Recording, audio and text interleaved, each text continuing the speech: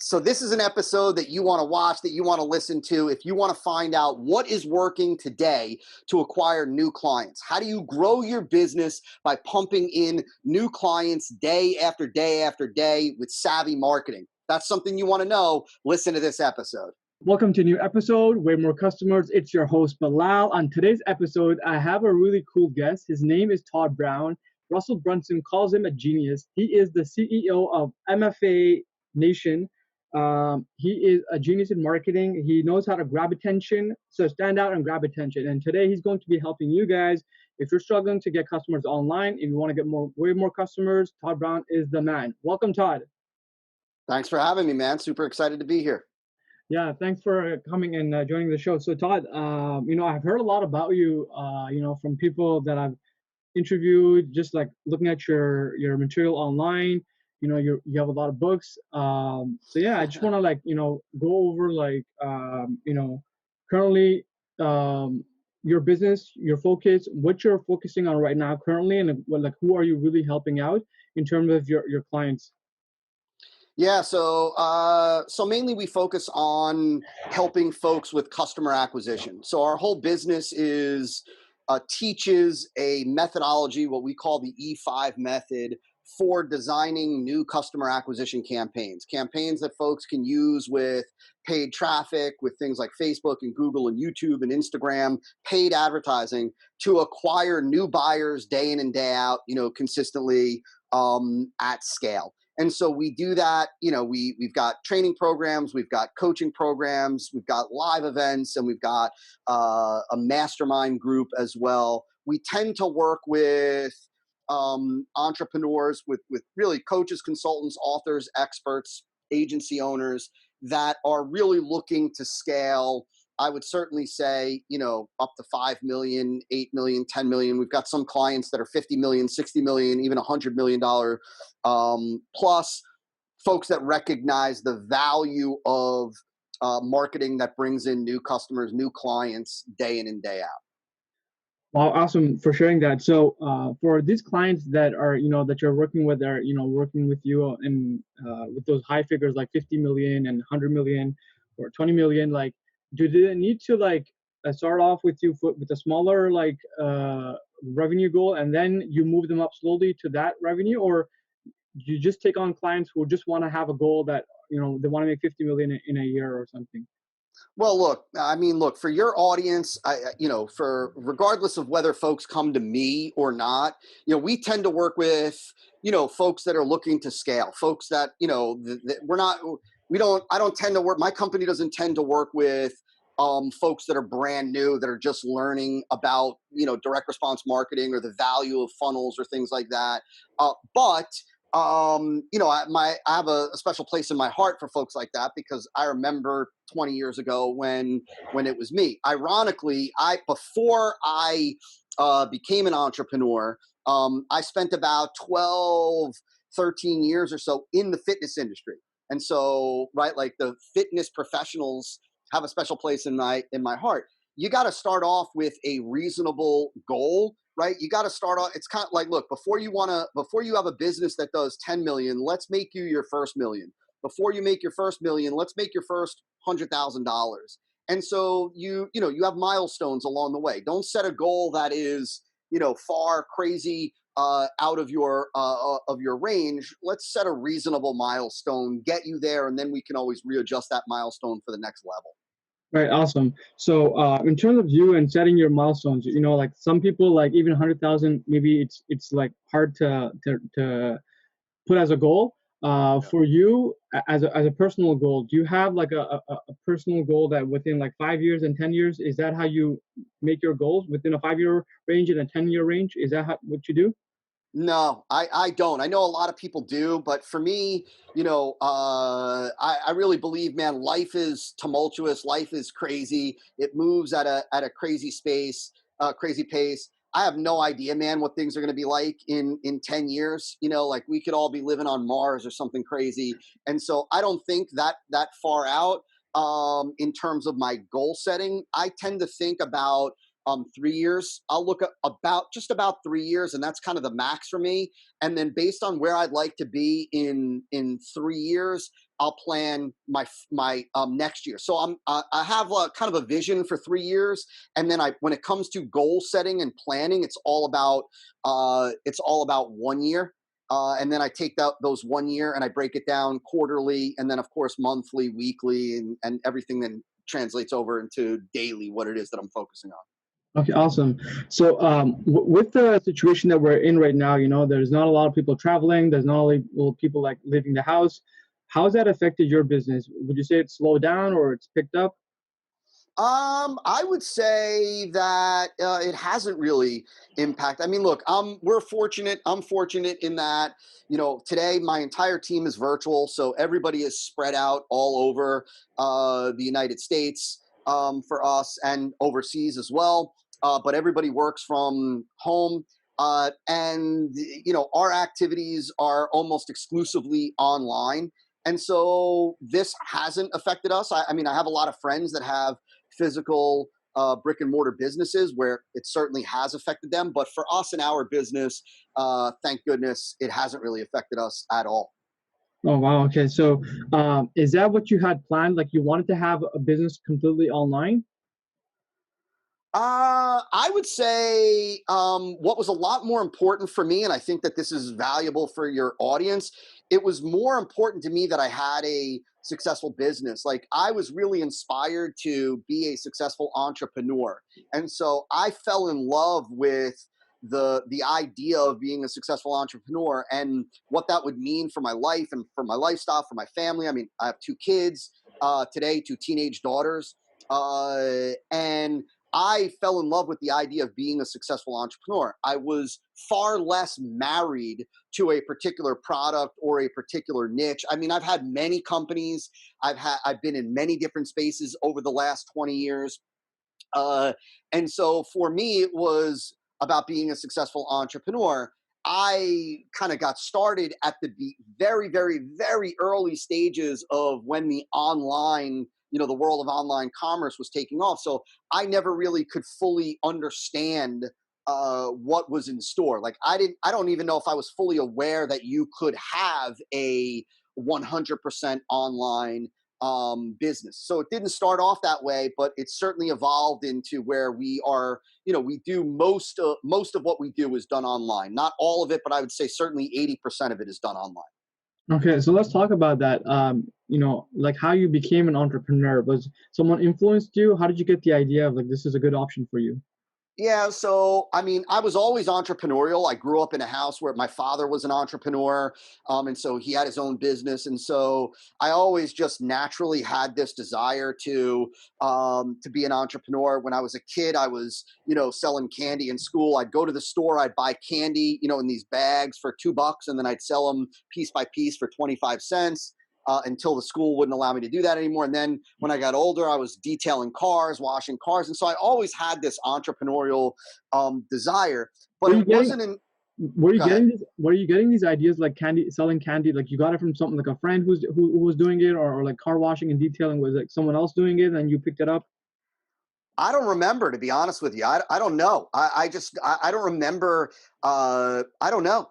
I really don't remember back then where the idea came from. I know that I was always looking, I was always, even though like I'm an introvert and I've always been kind of an introvert.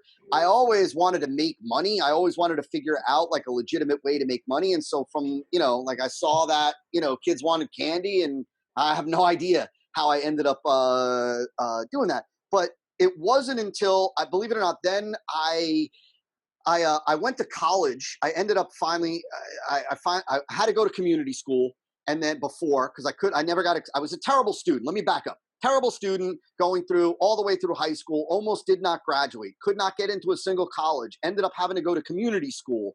Went to community school for 2 years, then finally got into a state college in New Jersey. Took me another 4 years to complete a 4 year degree. So it's a total of 6 years of college to get a 4 year degree. I got a 4 year degree in clinical nutrition. In nutrition, the only place that I was able to get a job was for a local health club in New Jersey. I ended up staying at that health club for almost 13 years. And it was while I was at that health club that I got a direct mail piece, a postcard in the mail that was offering a marketing system for fitness professionals. And it was a direct response advertisement. So it was long form copy, it had an offer, it had a strong pitch, and it was my first exposure to direct response marketing. I asked my boss if I could expense it, if I could buy it. It was like $300 back then. And I ended up getting this kit in the mail, and I was blown away. Like, my first exposure to direct response, to copywriting, to Dan Kennedy, to Gary Halbert, totally blown away, enamored. Picked up the phone, called the creator of that program and said, "Who did you learn from?" And he said, "I learned from this guy, Dan Kennedy." And then I started buying Dan Kennedy trainings. At the time, I was buying them on eBay. They were cassette tapes, like crazy, crazy, crazy. And I just started consuming everything that I could. While I was in the health club, I started putting to use what it is that I was learning and tweaking it for the health club setting, because what I was learning was stuff that was really appropriate for the individual personal trainer, that sort of thing. I Okay, started tweet. Go ahead. why did you want to learn all this stuff? Like, did you think that you were gonna use this to make money, or you wanted to just like experiment and try out what it was? A little bit of both. I mean, I was intrigued by this. I wanted to see, like, I was learning, and so I wanted to put it to use. I wanted to like see if it did really work as well as this dude was saying. I wanted to I wanted to learn more about it, and I wanted to make money in my job. So I was in a position where the more money my department brought in, the more money I was able to make. And so I wanted to make money. And so I started putting it into use. And I would say I was tweaking stuff, implementing, tweaking stuff. And over time, over the next, I don't know, year, call it, my department skyrocketed. And my department became the poster child in this company for like how to run a department. We were doing millions of dollars across multiple locations in personal training, all because of the marketing that I was putting into play internally in our clubs. And it was at that point, after I took this stuff and I tweaked it and I implemented it and saw what worked and what didn't work and learned more and implemented, that I decided, man, I really want to see if I could take this stuff and teach it to other people. And so I decided I didn't want to do anything in the fitness arena because I didn't want there to be a conflict of interest with my current employer.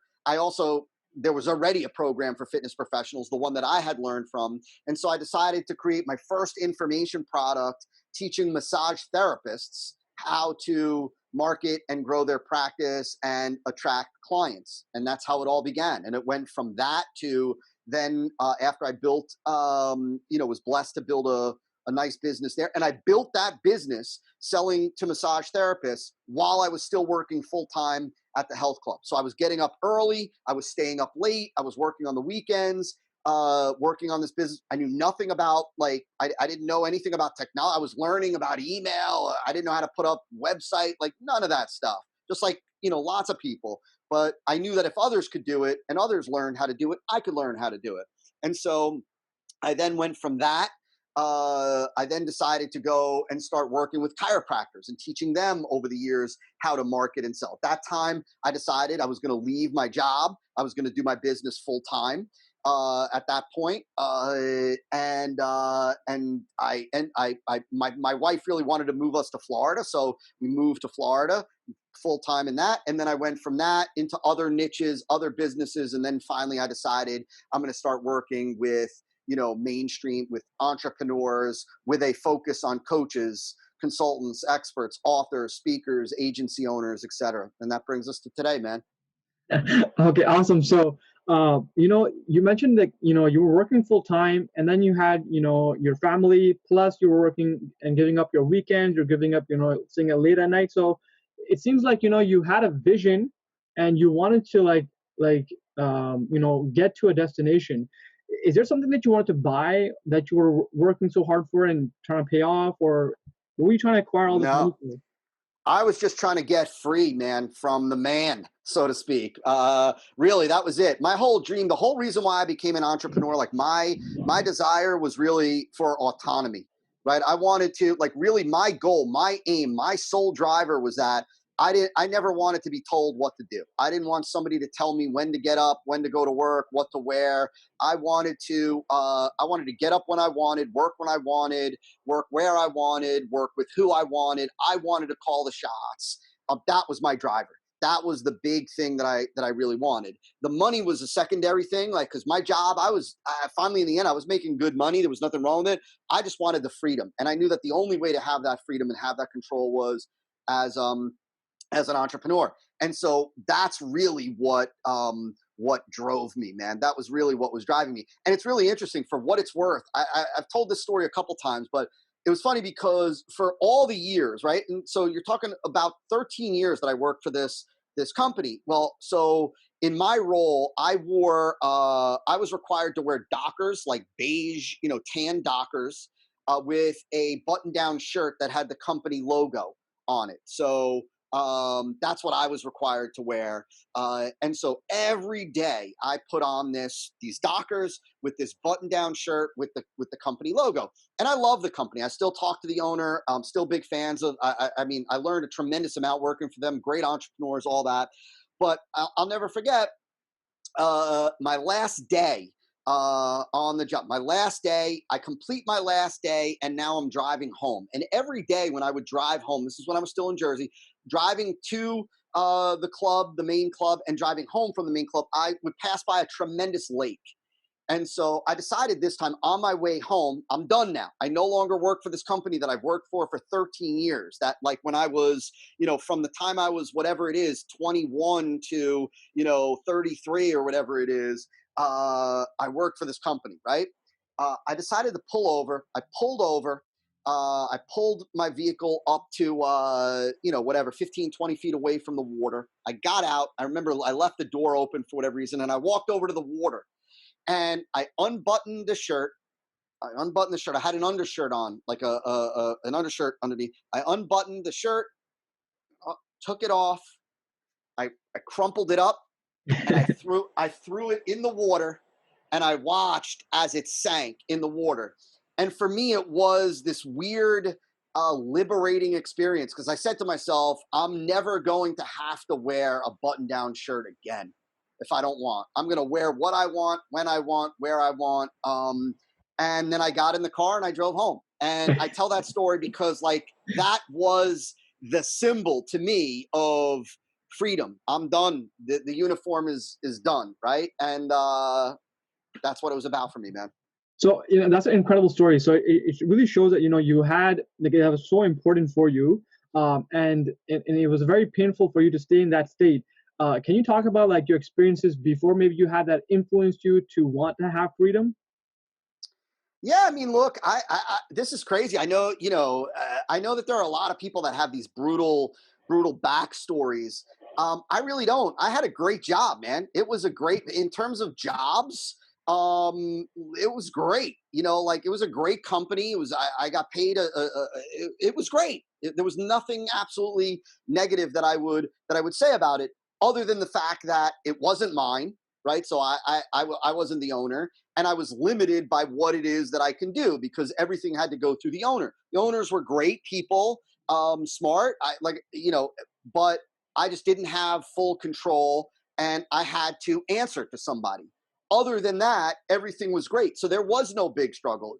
It was just this: the desire for autonomy, real freedom, was stronger to me than the comfort that I was experiencing with the job. Like I said, it was great. I was doing really well. Like, financially, everything was fine. It was going in the right direction. It was all good. But it was just that pull for freedom was stronger to me than the comfort that I felt from that situation. And that was enough to make me sacrifice my time to get up in the morning, to work late, to work on weekends. Very similar to, like, look, man, everybody in your audience, as fitness professionals themselves, right? They're into fitness. They like working out. They have a goal when it comes to fitness, whether it be, bodybuilding, looking good, or performance. And they're also, they understand naturally the idea of sacrifice, because when they're working out, right, they're paying their dues at that moment for a result that's going to come over time. It's not going to come immediately when they're done with their workout. out, right? It's going to come over time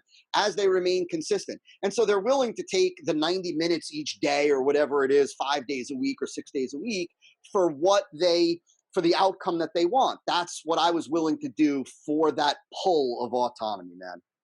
Okay, so that makes a lot of sense. How you were making these little sacrifices for yourself. I want to ask you, your your thought process. You said that you were limited in terms of like the limitation in terms of like your day to day, what you can decide to do. You had to ask someone, so that was very painful for you. How did you create the vision, and how did you create like the comfort that you're in? Because a lot of people are very comfortable with the situation they're in. How did you create like that comfort into discomfort, and like something that you don't have into something that could be more comfortable?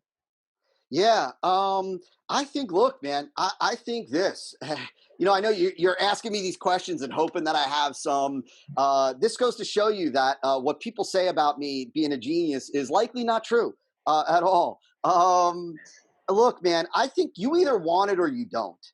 Right? Like, let's be real, man. Like, look, when people say, like, people ask me, like, how do you get motivated to do your work? Like, you either want the result, you either want the impact, or you don't. It's like when people ask, likely, I would say to your folks, to your audience, to fitness professionals, like, how do you get motivated to work out? Likely for your folks, they don't have to get motivated; they are motivated, man, right? Because they want the change. They're motivated enough by the result where they don't have to like figure out what's important to me about this and why. They're motivated, man. They want a result. And the reality is that like the result that you're shooting for has to be big enough, has to be exciting enough. You have to want it enough so that pulls you, and that pull is stronger than the pull of procrastination, is stronger than the pull of comfort. But at the end of the day, you either want it or not. At the end of the day, you're either comfortable, like being comfortable is more valuable to you, more important to you than maybe getting wealthy or some other destination. But one is gonna win. And so for me, it's I didn't have to, like, there was no the discomfort for me wasn't something I had to create. That discomfort came from me not being able to wake up when I wanted, work when I wanted, take vacation when I wanted. So the fact that like this was my world, and there were certain things that I could do and certain things that I couldn't do, and the things that I couldn't do that I wanted to do, that was enough of a pull to me to say I want to do something. Like I want to make it. I want to make something happen. And I'll tell you this also. I went into that first business when I created that first massage product, and I really didn't know what I didn't have a preset vision. Like, I'm going to build this to X amount and then I'm going to leave this job. Like, it wasn't like that at all. At first, I was like, let me see if I can create an information product. Let me see if I could use everything that I've learned and honed and done here in the health clubs to sell this thing. Maybe I could generate an extra $1,000 a month, and that would be cool because that's extra spending money, right? That was my thought. And then it started to evolve. And then I started to think, wow, I started to realize, man, this could become a bigger business, a bigger source of it. Wow, I could end up leaving my job, and this could be my path to that autonomy and freedom. And that's how it worked out. Okay, awesome. So thank you for actually, going in detail of that entire process. That was very helpful. So you mentioned that you were discomfortable in terms of like not getting the time to choose when you wanted to wake up, and not getting the time to choose when you wanted to go to vacation. So when that didn't happen, did you always keep that in your mind? Like, was that something you thought about like consistently? Like, look, I'm not choosing when I'm getting up, and I'm not choosing when to go to vacation. Um, I think it was naturally there for me. Like, it was, every day I lived and operated in a world where, I was answering to somebody. If my phone rang and it was my boss, I had to answer. If, my boss had a question for me, I had to answer it. And it wasn't like I was doing great. Like I said, I had a great job. I was making money. I was doing great for the company. It was a difficult thing for me the day that I had to resign my position and leave. It was very difficult for me because I cared a lot about the company. I still care about the company and the people, but it was just like, look, I just want to call the shots, man. I just want to do my thing. I want to be the one that is leading. I don't want to be led. I want to lead. I want to decide. I want to chart our course. I want to chart my own course. I want to call my own shots. And so, yeah, and I knew, and and I believed that the money would come. Like, I believed that the money would come, but the money would come along with the freedom and the the autonomy. I didn't know, like, for what it's worth, man. I didn't know, like, look, that's all the upside of being an entrepreneur, right? Where you get to call the shots, you get to lead, you get to chart the course, you get to do all that. The downside, or the negative side to some, that people need to realize, is that now it's on you. Right now, it's on you to make the decisions. It's on you to chart the right course. It's on you to figure out how to solve the problems. It's on you to, right now, like in this company, in marketing funnel automation, or MFA Nation, right? There's an entire team of people that are counting on our company to continue to grow, continue to thrive, continue to provide for them and their families. There are a lot of people. There are our whole tribe. There are all of our coaching students, our mastermind students, all in our pro that are right. And so now it's all on me. I'll take it. I'd rather that than not having the autonomy and being led, right? Like, to me, that is the risks, the fears, the issues of being an entrepreneur are much more attractive to me than the issues and risks of being an employee. Wow. Okay. So I want to ask you now, like, you mentioned that. I just lost my question. Okay, let's talk about marketing. You said you're really good at, like, I was listening to one of your videos on Instagram, and you said that you're really good at making your marketing stand out and grab attention. Yeah. So, look, this is a big question, right? There's not one tactic per se to doing this. Number one, your folks need to recognize, right? Differentiation in marketing is key. What people want to know is what's different about your solution. What's different about the way that your solution works? So what's different about your gym, or what's different about your personal training, your methodology, your training methodology, your training approach? What's different about the way your system for getting somebody in shape, your system for helping somebody lose weight, or helping somebody increase their muscle size? What is different about your approach compared to everybody else's approach that they can choose from? And what makes the difference in what you do? What makes that superior? Like, why is your method, your approach, superior to everybody else's method or approach? If you can't answer that, what's different about your approach, and why is that difference? Why does that difference make your approach superior? Well, then why should people choose you? Right? Like, there was a time and a place when marketing with business, when that difference could have been based on your experience, your certifications, your track record, how many years you've been in business. Those things today are far less significant to markets, to prospects. Today, what your prospects want to know, one of the very first things that they want to know, is what's different about how your method, your process, your system, your approach works, right? Like, what's the difference in how, and why is that superior? Like, why yours and not theirs? Why should I choose yours and not theirs? Tell me how yours is different from theirs, and how that difference makes yours better than theirs. And so that, having that difference, which we teach, we refer to as the unique mechanism. The unique mechanism is the unique way that your product or service, your personal training, your weight loss program, your approach to training, your approach to cardio, your approach to the way you split their muscle groups, your approach to that, the way that how that program, that approach delivers the transformation, how and why your approach delivers the transformation is the mechanism. How it's different from everything else is what makes it a unique mechanism. And that's critical. If you don't have a unique mechanism, if you simply talk about, I'm going to help you get in shape by training you, well, there's a lot of places I can go to get trained, right? I'm going to teach you how to weight train, and I'm going to teach you how to do cardio. There's a lot of places I can go to learn how to do weight training and how to do cardio. There's a lot of places I can go to learn how to stretch or to get stretched, right? If that's what, if that's how you're positioning your services, then all you're doing is you're allowing your services to be commoditized. Meaning you're allowed, like they look at that and they say, I could get that here, I could get that there, I can go to this gym, I can go to that health club, I can go to this trainer, right? And so you never want to allow your fitness services to be presented or appear to be a commodity. You want to position them as unique and different. You want to identify what we call your unique mechanism, the unique way that your product or service that really, in this case, your training methodology, your approach delivers the physical transformation for people. And that's what you want. You want to educate your prospects on that unique mechanism and how and why it works, how and why it's different, and how and why that difference is what makes it superior. I know that that's a mouthful, but that's the key to standing out as is different. It's not a tactic, it's not a gimmick, it's not a trick, it's not wearing a mask in your videos or saying something stupid. It is identifying what makes your method for training people different from everybody else's method, and then naming that and talking about that and teaching what's different about it and why it's superior. That's how you stand out.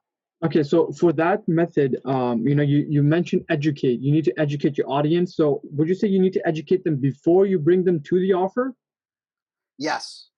Yes. But with that being said, let me clarify this. I'm not talking about, traditional content marketing. I'm not talking about simply educating for education's sake. I'm not talking about you putting out educational content that just displays how much you know about fitness, anatomy, physiology, nutrition.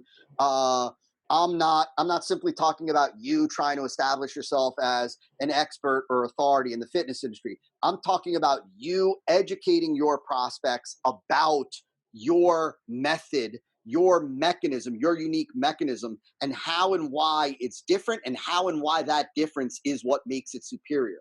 See, because that type of education increases their desire to use your method. It's not just education that makes them say, oh, this person's smart or this person knows a lot, because there's a lot of people that are smart and know a lot and can talk about fitness and health and wellness and nutrition and stretching and all that stuff. It is education that moves your prospect closer and closer to saying, I get it. I understand why that method works to build muscle. I understand why that method works to shed body fat. Like, that makes sense. I understand why these other methods, where they're falling short, where they're missing the mark. I understand why this works, why this is superior. I want that. At which point, once you've led the prospect to that, that's the time to make the offer, because they're already sold on your method. See, it was Peter Drucker, who's considered one of the greatest management experts ever. He said something that folks need to understand. He said, right, the objective of marketing is to make selling superfluous, to make selling unnecessary, right? Like, the job of marketing is to make selling unnecessary. See, selling and marketing and selling are not the same activity.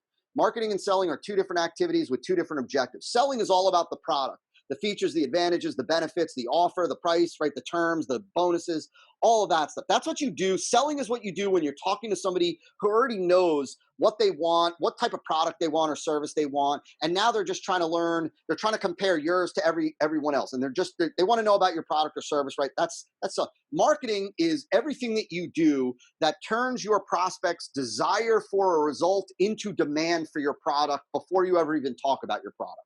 Right. And so you have to understand that the job of marketing is to make selling unnecessary, to make selling a natural extension, to turn selling into nothing more than the presentation of your offer. And because you've educated folks on why your unique mechanism is superior to every other method for getting in shape, for losing weight, for burning fat, for reducing back pain, knee pain, all that stuff. Because you've educated them on why your method is different, your unique mechanism, you perfectly set up the sale for your product, therefore making it so that all you got to do is present a great offer and you're going to have people jumping at it. Wow, that was so helpful.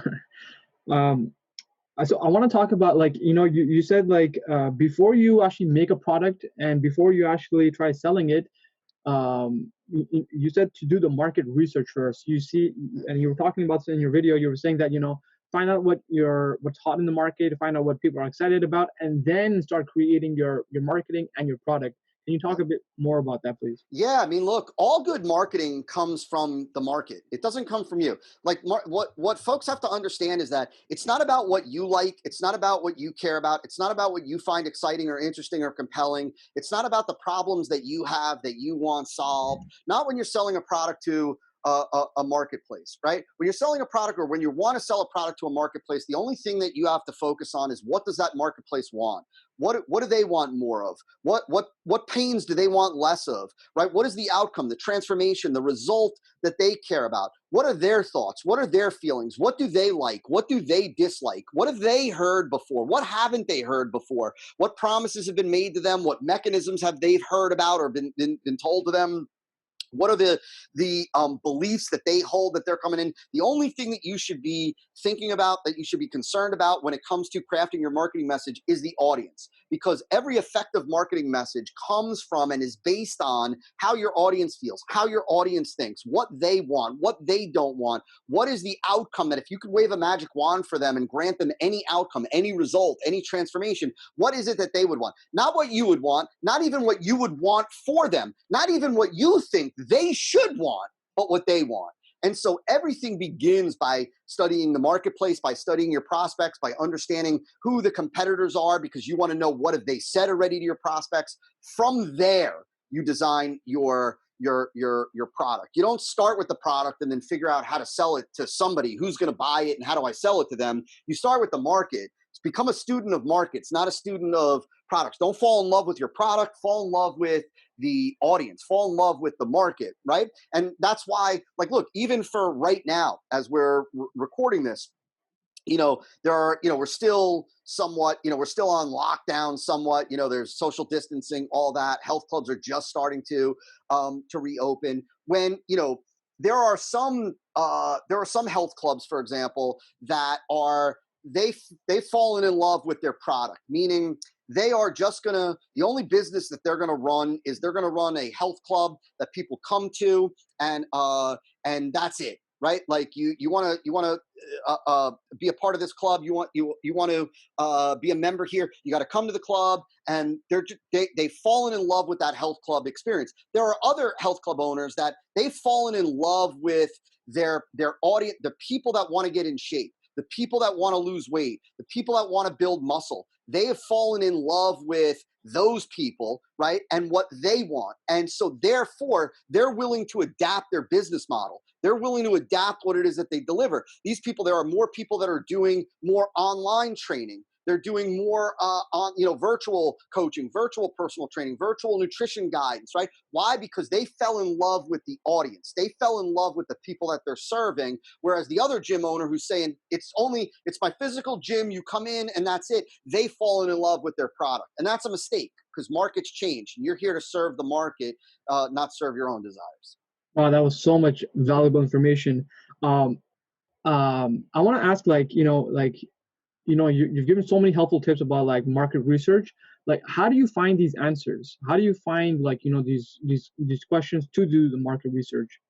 Yeah, so you really gotta be like a market stalker, where you've got to pay attention to, like, look, you've got to go where your market goes, read what your market reads, participate in the conversations that they have, read their comments, go look at the books that they buy, read the reviews. You really just got to engross yourself in the market, and from being engrossed in the market and watching and studying those folks, you're going to start to see things. You're going to see what ideas are more compelling to them, based on which ones draw more conversations, which ones get people really heated. You're going to see what people are expressing when are people talking about they don't have willpower, and what do you do? Or are they talking about procrastination? Are they talking about diet? Are they talking about what are they talking about? What are they discussing? What's getting more comments? What articles are being published over and over and over again that topics that are drawing interest. You're going to learn by being a student, and so it's not there's not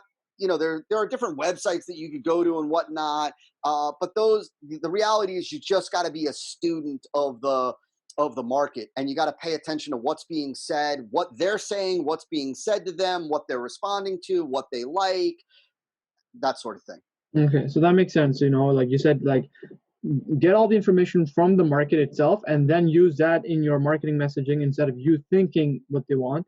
So that was so helpful. 100%. What you just said is money, is spot on. Wow, that's awesome. That's so valuable. So like you talked about like do the market research. Now you talked about the messaging. You talked about like the product itself. Like and your company's marketing funnel automation.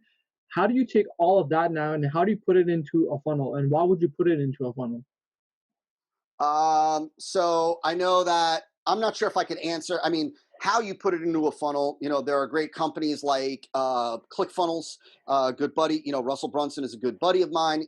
Software that we use. It's kind of really how we primarily power our funnels.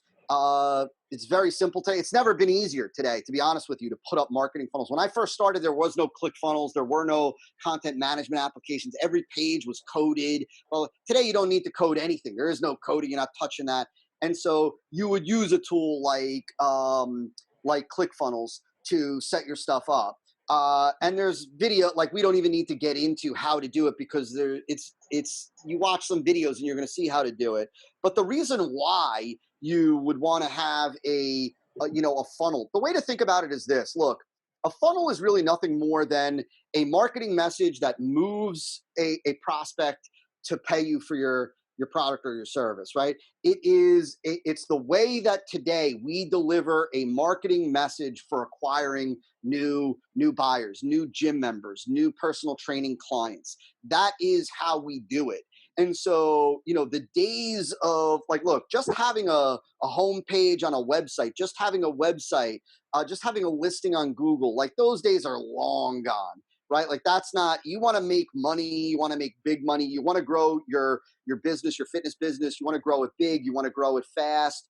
You need to have a funnel because the the marketing message, which is usually it's a series of contacts. It might be, 2 or 3 specific web pages. It might be 2 or 3 specific web pages and some emails. It might be 2 specific web pages, a video and some emails, right? There's a lot of different ways to do it. It's that message collectively that that does the educating for your prospect, that leads your prospect from not knowing who you are, not knowing why they should work with you, not knowing why they should be a client of yours, to the point where they get it, they see it, they want to respond to the offer, and they're able to respond and commit and pay and do that all online and do it all automatically and do it and have that happening for you every day, day in and day out without fail.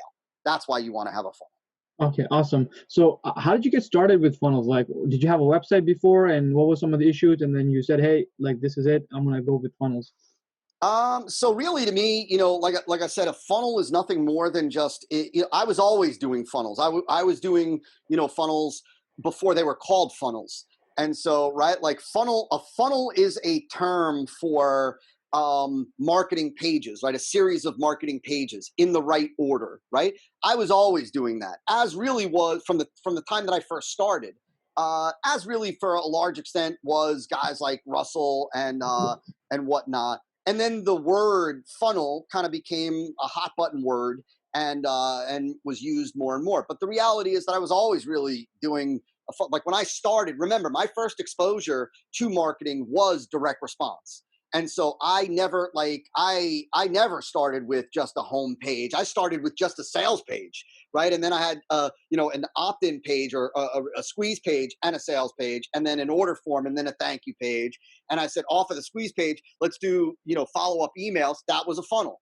Right, that's an example of a funnel. We're taking people, from an ad, we're moving them to a page that collects their email address. From there, we get a certain amount of people, funneling them down that go to the sales page. From there, we get a certain amount of people that buy right away.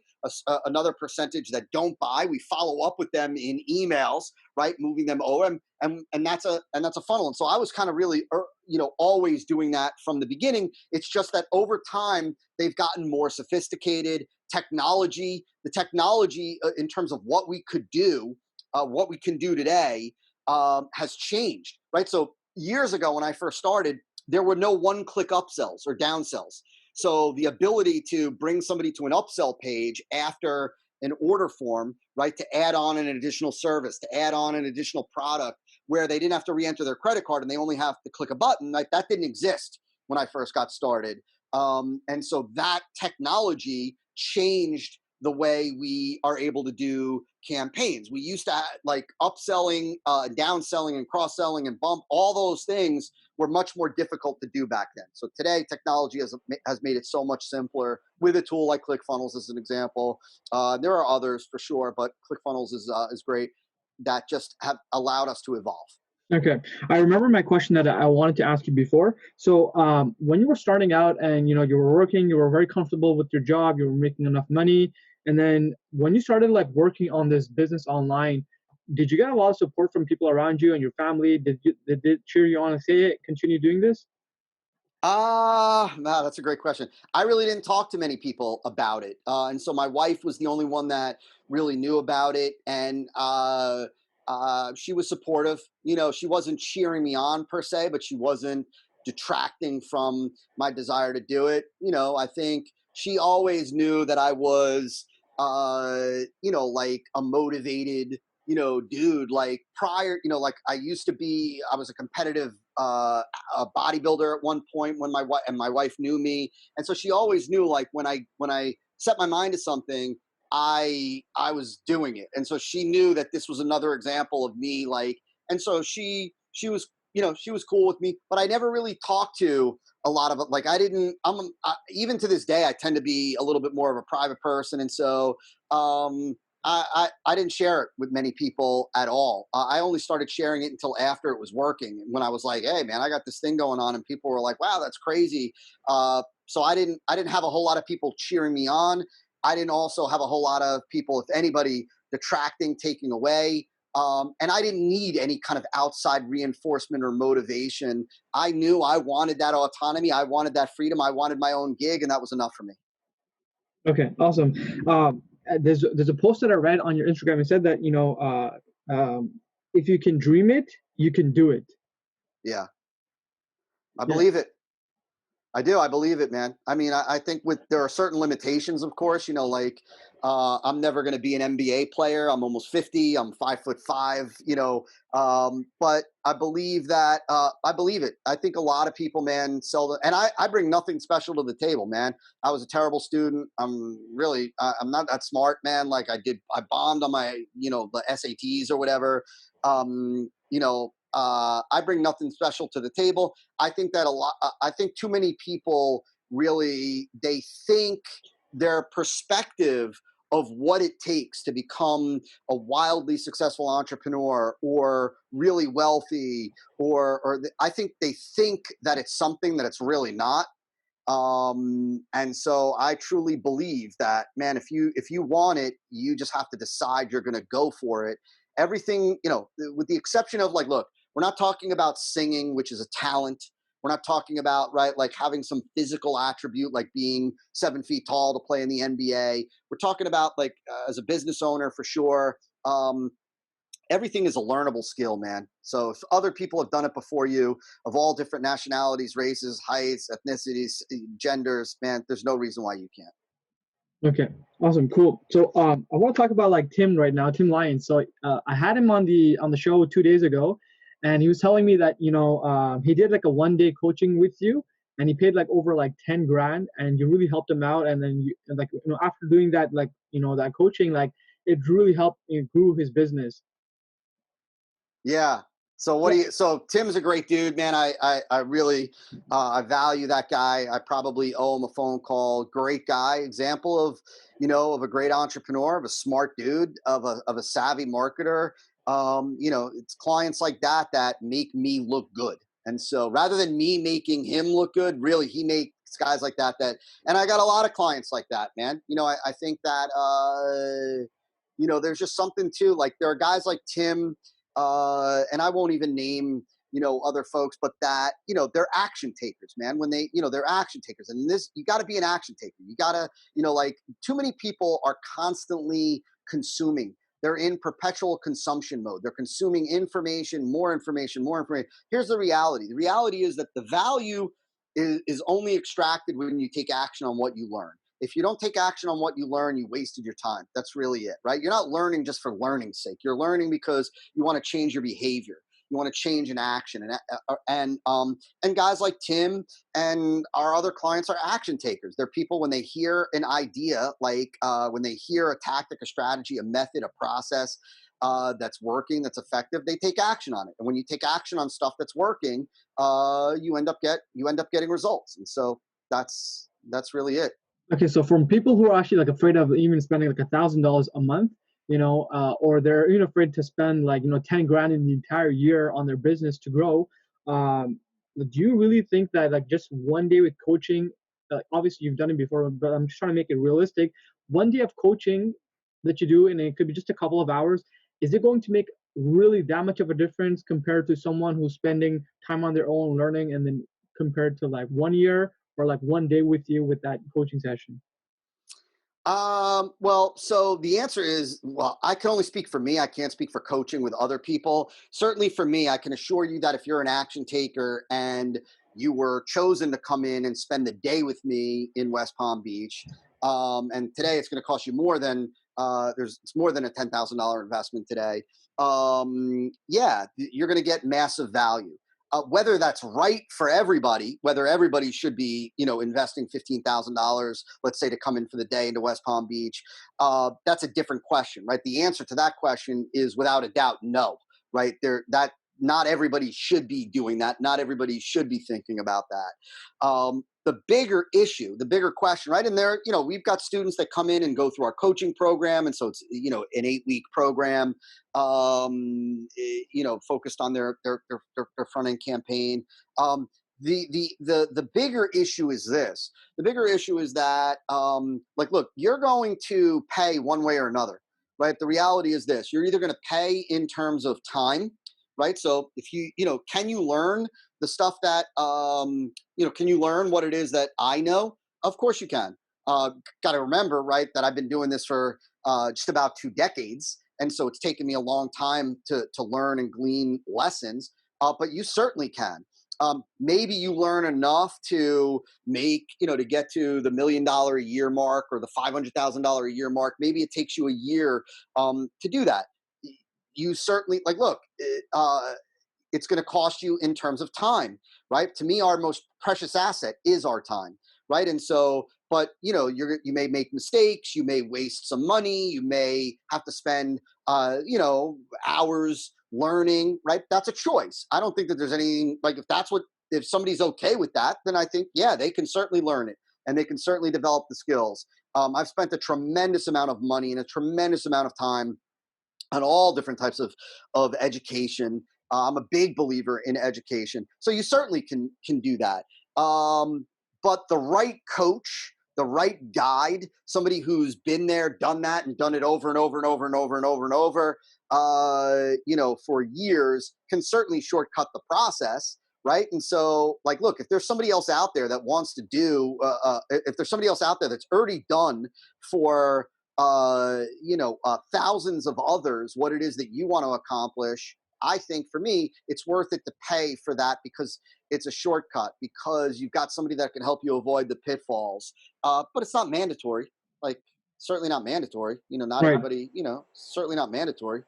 And right. That makes sense. I wouldn't want anybody to take their last dollar and bring it and come now and spend $15,000 coaching with me for the entire day, and now they're stressed out of their mind about their finances. That's not a smart move to do, right? So it's not appropriate for everybody. But I do believe that you're going to make the investment. You're going to invest one way or another. It's going to cost you one way or another, whether it's time, whether it's mistakes, whether it's energy, whether it's learning, growing, or to learn the shortcut, the better path from somebody else. And so, but both options are viable, man.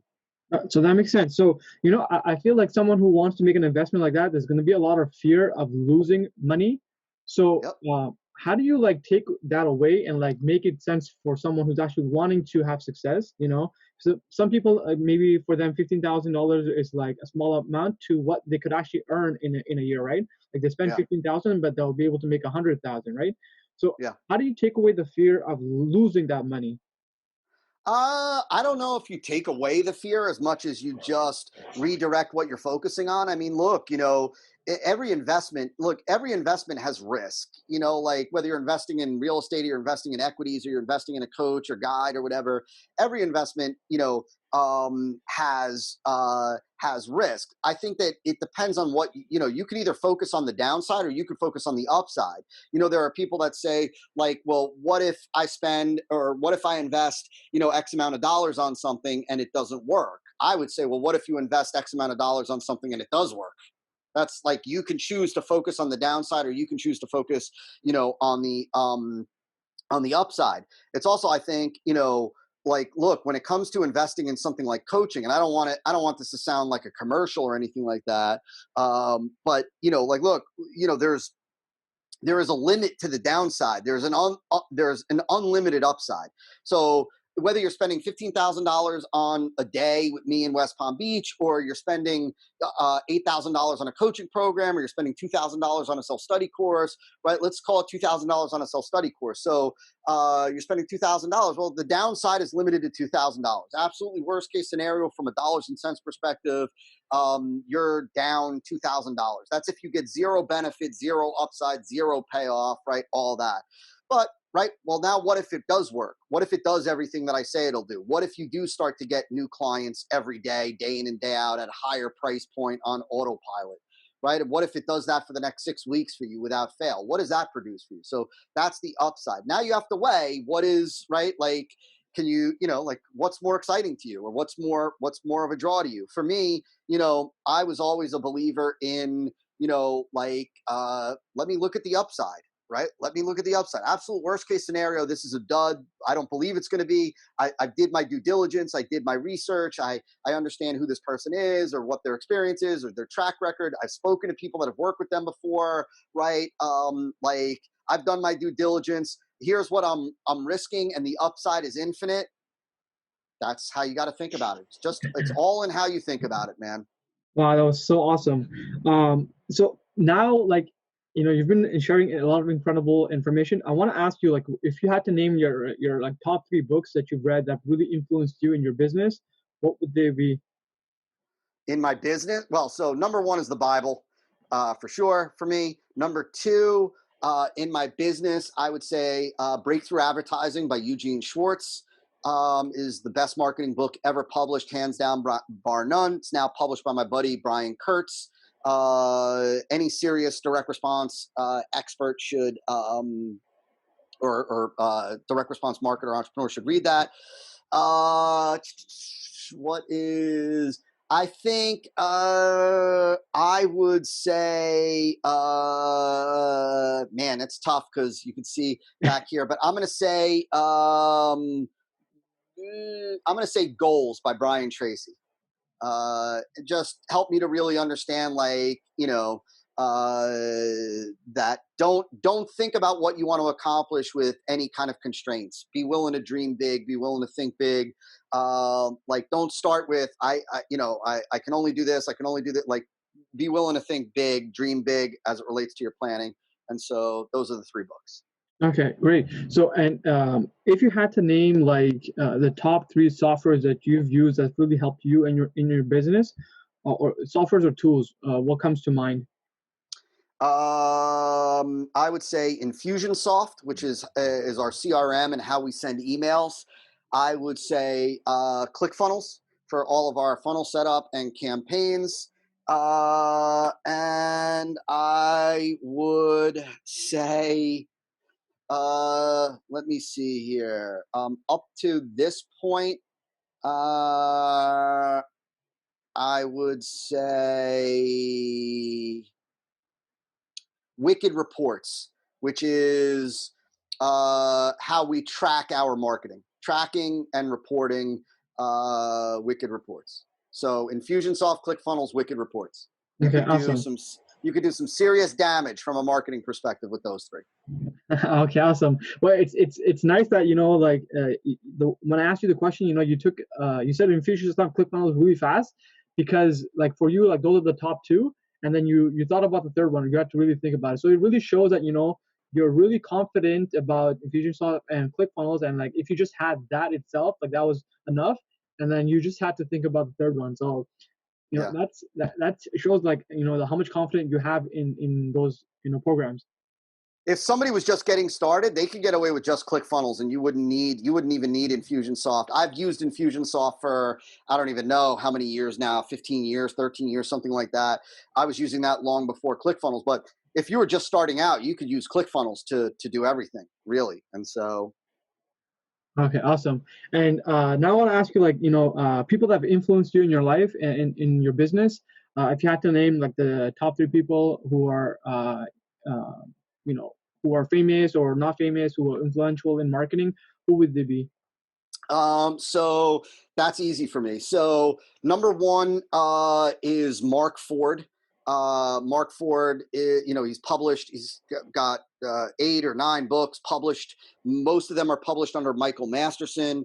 He's the guy that was really the mastermind behind Agora, which is like a $1.5 billion a year direct response publishing behemoth. He's the guy that really opened my eyes to the big idea, to the rule of one, to just a lot of the stuff that became, a big contributor to the E5 method, the method that I teach. So Mark Ford is number one. Number two, I would say my good buddy, Rich Schefren, who Rich Schefren is he's known as the guru to the gurus. He's the guy that coached most of today's most popular online marketers and entrepreneurs, from guys like myself and Russell Brunson and Jeff Walker and Ryan Dice and Mike Filsame, all at some point, got coached with Rich. Rich helped me to understand business systemization, really the business side of running a business.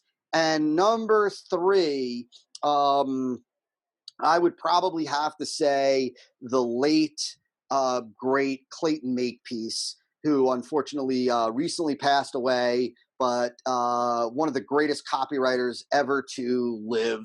A guy that taught me the power of words, the power of the right words, the power of understanding the dominant resident emotion in your prospect. Those three guys. Okay, awesome. Thank you. Um, I've had such a great time talking to you and asking all these questions and getting this feedback. You've shared a lot of like valuable information, so I really wanted to thank you.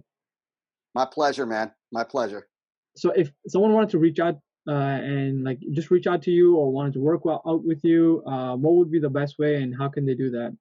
Yeah, so they could find me on Instagram, instagram.com/Todd Brown, TODDBROWN.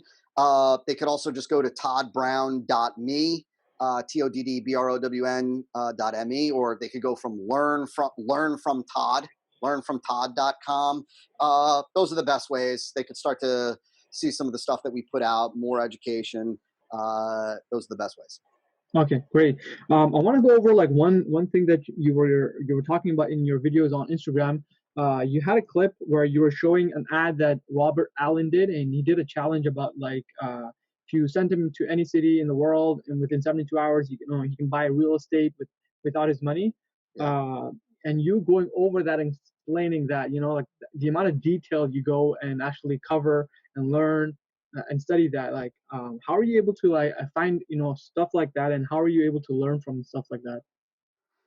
Well, for me, look, I've been doing this for so long that it's like a second language to me, you know what I mean? And so the more you study marketing, the more you understand the elements, the effective elements of a good marketing message, the more you're able to see them over and over and over in effective marketing campaigns. And so that's really how I'm able to just pick up an ad, and I'll tell you if the ad worked, or why I believe that it worked or didn't work, or the elements in there. But for your listeners, for your viewers, for your folks, look, if you, first of all, if you come across a marketing campaign and it drives you to buy, it gets you to buy, stop and ask yourself why. What was it that drove me to buy? What was it that they said that made me believe that this would be effective? What was it that got me excited about this? What was I thinking when I was going through this? Why do I believe that what they're saying is the truth?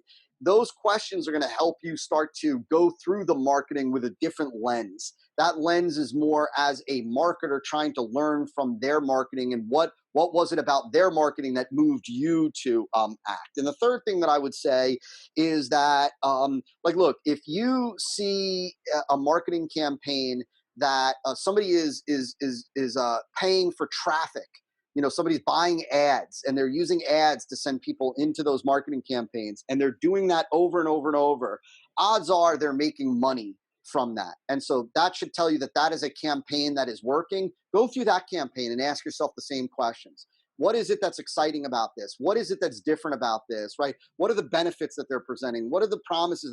What are they doing here? Why are they saying this? Why do I think that? And you'll just start to learn. You'll develop that insight.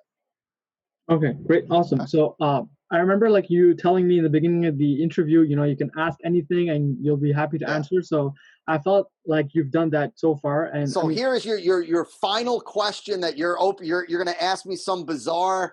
Go with it. Roll with it.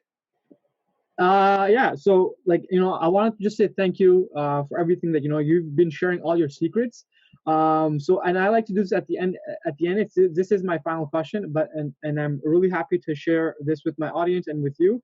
So imagine you have a safe at home, okay? And to be able to get into that safe, you need to use your entire hand as a fingerprint. So you put it onto the wall, it opens the door. You go inside, and then there's a lock there. Only you have access to this lock. So you have a key. You put the key inside, you open the lock, and it opens up the second door. Then you go inside, and then there's a briefcase there.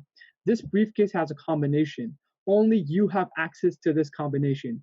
You put in the combination, it opens up the lock. You open up the briefcase, and there's one document in that briefcase.